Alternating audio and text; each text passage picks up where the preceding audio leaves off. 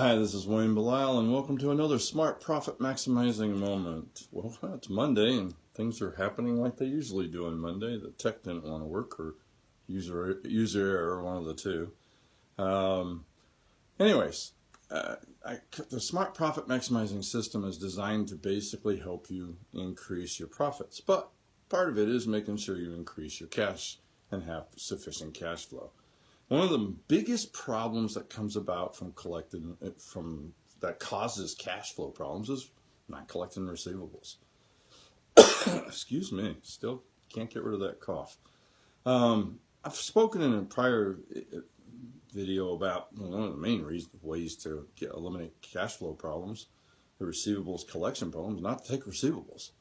But that really isn't, even in our case, where I've worked hard to eliminate that, we still have receivables. I first ran into this as a big problem that I was in charge of when I was the CFO, first comptroller and CFO at Magnolia Coca-Cola, local bottling company. Actually, we were regional at the time. One of my first duties was to collect receivables. So, it was pretty far behind. And after about 3 months worth of work, I had reduced our past due receivables by over 75%. I wrote up a policy, trained the receivables clerk in the procedures, turned it over to them, and moved on to the next problem, forgetting about it. A few months later, a list of past due receivables was almost back to where it was to start with. All right? It was when so I repeated everything I did that time, turned it over to my assistant, who was also a CPA. A few months later, problem was back. All right? A couple of things I fixed. The third time, I fixed it. It stayed fixed, all right? But one of the first things that I came up with is a rule that I follow, all right? One, it has to be your responsibility. If you're in charge, if you're the owner, you have to make it a priority. Doesn't mean you have to do the work, but it has to be a priority, and you have to stay on top of it. Make sure everyone on your staff and all your customers know how seriously you take this, all right? The first step is to set aside at least an hour every other week or every week to meet with your staff and work on collecting receivables. Notice I didn't say you had to do everything, all right? But it has to be a priority. And when the owner gives part of its time, part of his or her time, and sits with the staff and sometimes makes the calls, it gets the point across that it's a priority, all right? The second step is to create a system. I'm a strong believer in systems. People are hard to manage, but systems aren't, okay? Didn't realize I didn't put this in here, so hopefully you could pick it all up, all right? Sit down with the system I put together and that I've used, all right? Sit down with your bookkeeper every 2 weeks, review a listing of the past due accounts receivable. Create and send a series of 3 letters or emails now to slow pays. The first letter should ask for payment and give about 20 days to pay. The second letter, now notice I'm talking about people that are after 60 days, really. I start a little earlier now. I start at 30 days, right? Which the earlier you start, the better off you are. The second letter, which is sent after 20 days, should be a threat to turn them over to an attorney for collection if they don't pay in 10 days. The third goes out after 10 days and gives them 48 hours to pay before their account is turned over to collections. If they still don't pay, turn them over to your attorney and forget about it.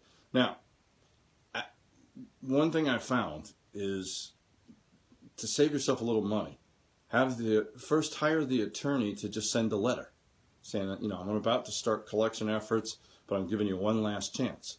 Why? I found more than half just getting a letter from an attorney will pay you without you having to give a percentage away. But if they still don't follow that, let the attorney take half for collecting, okay? You turn your time over. Why do I say forget about it? Go find a paying customer. Remember to put that customer on a cash-only basis. I've seen large companies selling to customers that have been previously turned over to collections because no one remembered to tell the sales department. All right? Make sure you have a procedure that puts them on a cash basis only. All right? Step 3 is for the owner to decide which one he will personally collect for the receivable. Owner's calls are a vital part of the collection process. At every bi-weekly meeting, the owner should make a list of collection calls to make. I decide who to call on.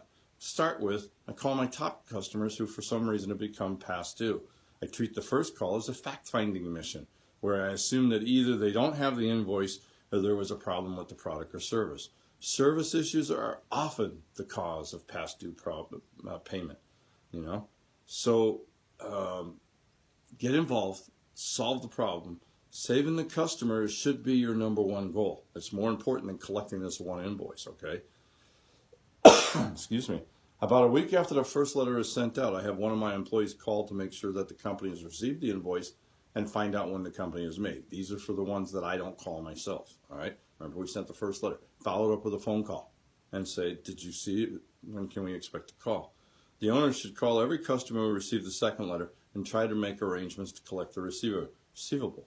Make sure you're talking to the decision owner, all right? Someone with the authority to pay the account.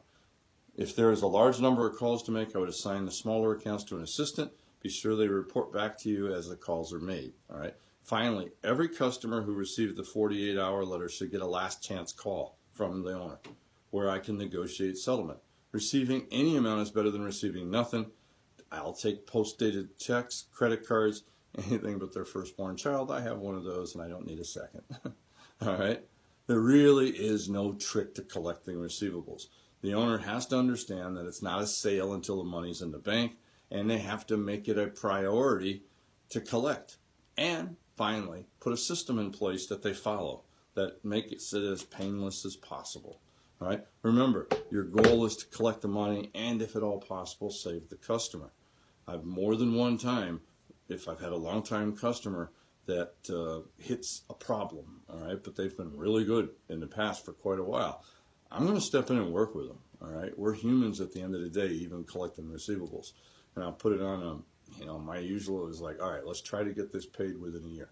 Now, that may not work for you. I tend to see them once a year to do a tax return and do their work. So my goal is to have it paid before they work on it. You may do something, what I've done at Coca-Cola is like, all right, I need $100 a week, whatever. Come up with an amount that pays it off in a year.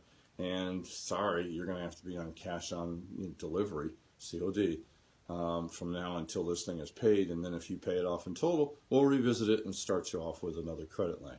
All right? So try to have a little heart and try to save the customer is what I try to do with receivables. But at the end of the day, it's all about collecting it because it's not a sale until it's collected. Until next time, this is Wayne Bilal saying, let's make this our most profitable year ever. Thank you very much.